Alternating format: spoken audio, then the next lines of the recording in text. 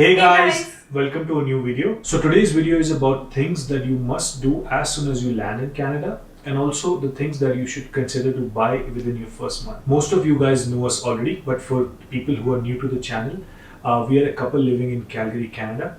We moved from India to Canada last year in April 2019. So let's talk about the things that you must do as soon as you land in Canada.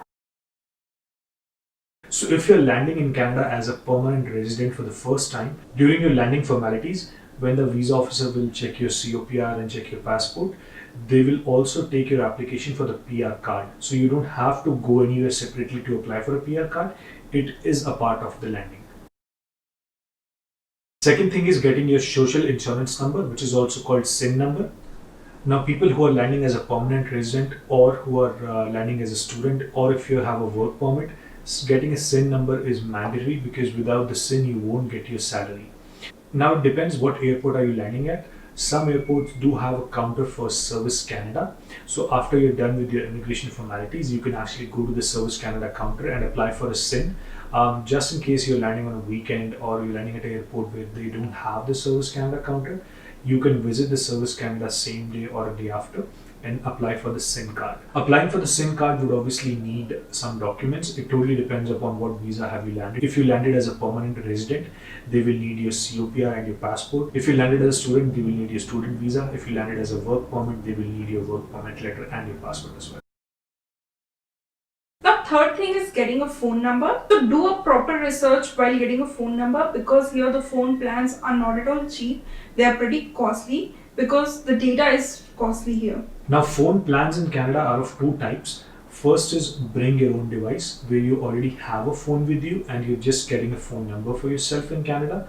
Second is getting a phone as well as a new number. In case you go with the second option, at times you get really amazing deals on the phone price. So in case you're planning to upgrade your phone in your home country and you know that you're going to be in Canada in the next few months, I highly recommend getting a phone in Canada after you land.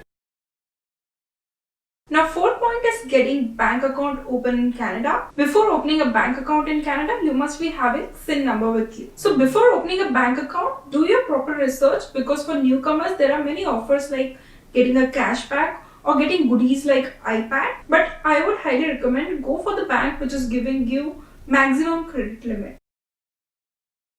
Fifth point is getting your health card and your provincial ID.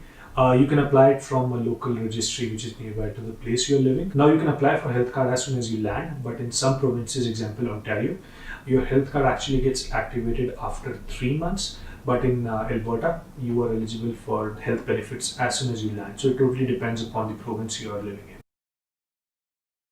Now, getting a provincial ID is also recommended because if you don't have one, you will have to carry your PR card everywhere, which is not safe.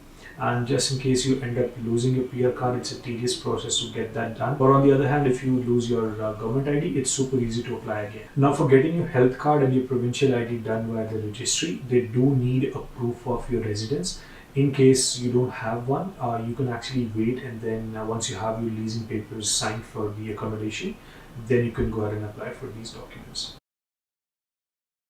Now, sixth point is getting an accommodation for yourself. I'm assuming that you might already be staying at your relative place, or you might have booked Airbnb or hotel for your first few days, but you would be looking for permanent accommodation later on. Now, there are many websites that you can look for.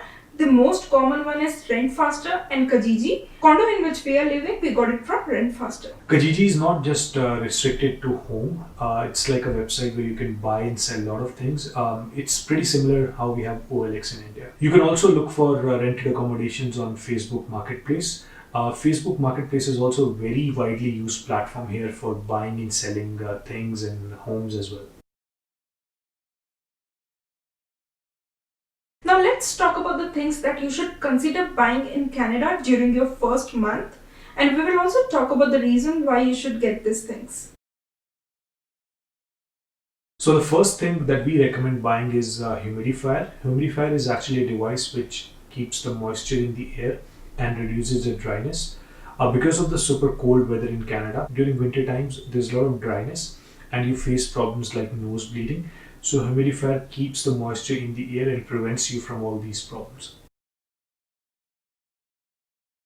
Second thing that we recommend buying is getting a grocery cart. So in Canada, people generally don't do grocery daily. They usually do it weekly because the grocery shops are not that nearby. And during your initial days, you will not have a cart. So grocery cart will really help you. Now the next item is getting a water filter. Now like in our home countries, we do have big water filters which are usually fit into the kitchen wall. We don't have that in Canada. At least I haven't seen that in the last 1 year that we have been here. In Canada, people generally use tap water for drinking as it's super clean, but it does have a small amount of chlorine smell as well.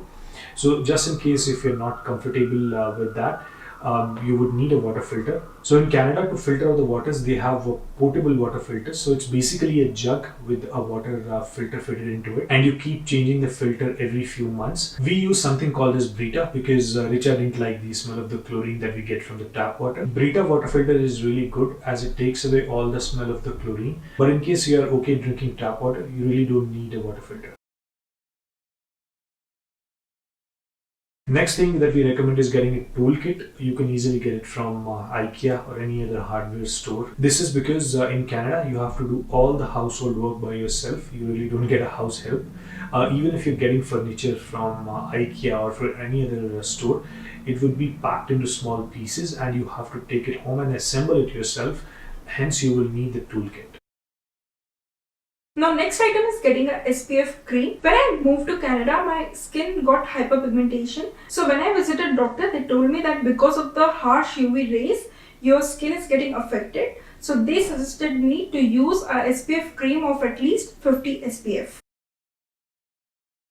Now the next thing is installing a jet spray or a bidet. If you're coming from a country where you don't use toilet paper, then moving to Canada would be a cultural shock to you because here majority of the people use toilet paper. So getting a jet spray or a bidet becomes really important. You can easily get a jet spray or a bidet from Home Depot, which is one of the hardware stores here in Canada, or you can order it from Amazon as well. Now, as I mentioned before, here you have to do everything on your own. You can obviously hire a plumber to install it, but he's going to charge you a lot. Installing a bidet is super easy. I'll post a link to the video which I used to install bidet at our condo. Now there are a few tips that we want to give you which will help you during your initial days in Canada. Now when you're new to the country, you would obviously need a lot of things for your home. So we highly recommend checking it out on Facebook Marketplace or Kijiji. We have personally experienced that people sell like unopened boxes of things that you need at a very cheap rate compared to what you get outside on the market. Now, as we have already mentioned in one of our previous videos, in Canada you don't have a system for MRP, which is the maximum retail price. So you would see that price for one item is different across all the places. So for example, even if you want to buy milk and bread, you would see that the prices at a nearby convenience store is different or is actually higher than what you would get at a regular grocery store. So we do recommend going to grocery stores which have chains like Real Canadian or a Co-op or a Safeway to get all your daily need items rather than getting it off from a convenience store. So this actually comes from our personal experience. We do have a convenience store just downstairs our building. So initially we used to buy everything like milk and bread from there, but then once we actually visited the grocery stores, we figured out there was a drastic difference in the price of those items. And that's when I realized that there is no concept of MRP here. Prices do vary across all different stores. So that's it for today's video, guys. If you like the content, as always, please subscribe to the channel. And if you have any questions, please ask us in the comment section and we will try our best to respond. Thank you for watching. Bye-bye.